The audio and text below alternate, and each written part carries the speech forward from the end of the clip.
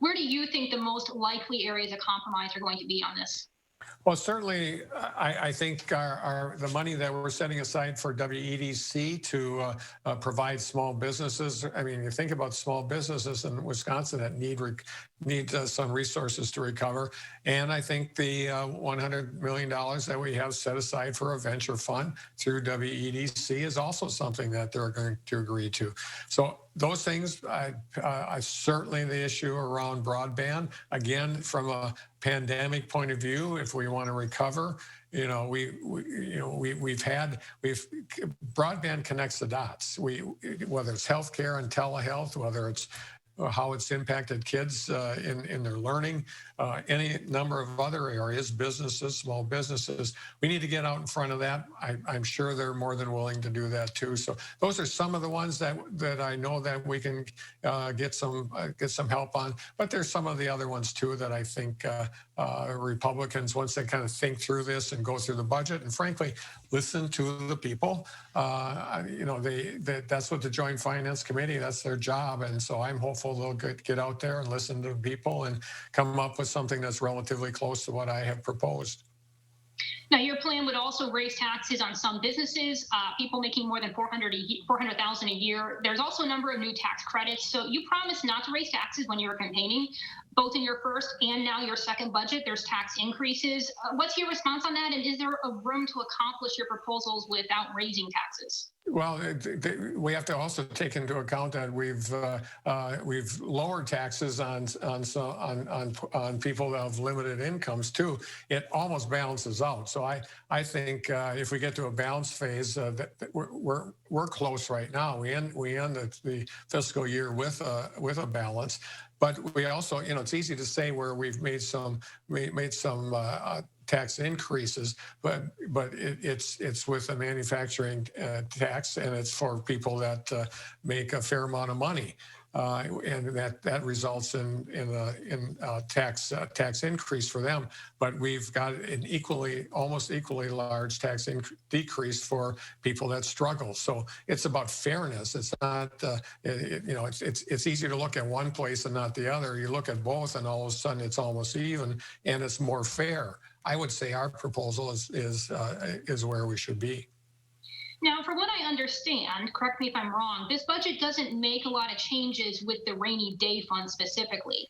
Should the state be sitting on almost $1 billion in rainy day funding when many would argue that the last year has been a rainy day?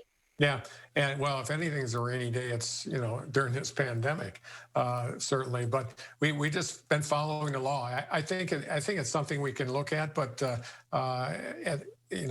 we're required to set aside so much, and we've done that. And actually, we've taken some money and put it into the balance too, so that we are balanced this fiscal year, or at the end of this next fiscal year. But it's something we can look at. I think people can rightly say that might be too much, but it might be the right amount. And I'm willing to look at that if it's excessive. Now, I referenced again a virtual luncheon earlier today with WisI, with Representative Bourne, Senator Mark Line. They said during that luncheon, kind of pivoting now to your juvenile justice reform proposals, they're saying that this represents a flip-flop from your earlier stances on this issue, with especially the removal of Type 1 facilities. They say that this is kind of going off in a different direction than conversations earlier in your administration. What's your response to that? Well, we would have been great if they would have cooperated and put the money on the table, which they never did. So we took this chance to actually have some thoughtful discussions around what will work best for kids, and what works best for kids is not kind of divvying them up into this facility that's got locked doors and this facility that's got locked doors. Most states that have done really thorough analysis of juvenile justice have gone to more community-based services where most kids are not locked up. Most kids are getting help. to turn their lives around, whether it's AODA issues or other issues. Certainly, if a young person needs to be in a secure facility, there will be a secure facility for that person. But it's not going to be at Lincoln Hills and Copper Lake. It's going to be someplace closer to home. So this isn't a horrible deviation from what it is in the past, except that for our willingness to take a look at keeping kids closer to home, whether closer to home is in Bangor or Peshtigo or Milwaukee, and that's what we should be doing.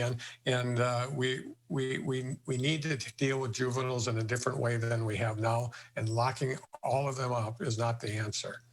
On the budget front, obviously, as we've talked about, there's a lot of policies Republicans call divisive. There's some policies that just seem extremely unlikely to make it past the legislature. If there was one proposal that seems unlikely to make it through that you would say this is the one that's most important to me, which one would that be? Well, certainly, I think the one around Medicaid expansion is the most important one to me, and that. I guess that's a policy one. To me, it's not. It's a fiscal one. We've been putting our tax money into that for years without getting enough return. But it seems to be a policy thing for the Republicans. So let's just, for the sake of it, say it is a policy issue. Having a good healthcare system is the most important thing to the people of Wisconsin. On any kind of polling that we do and anything we hear.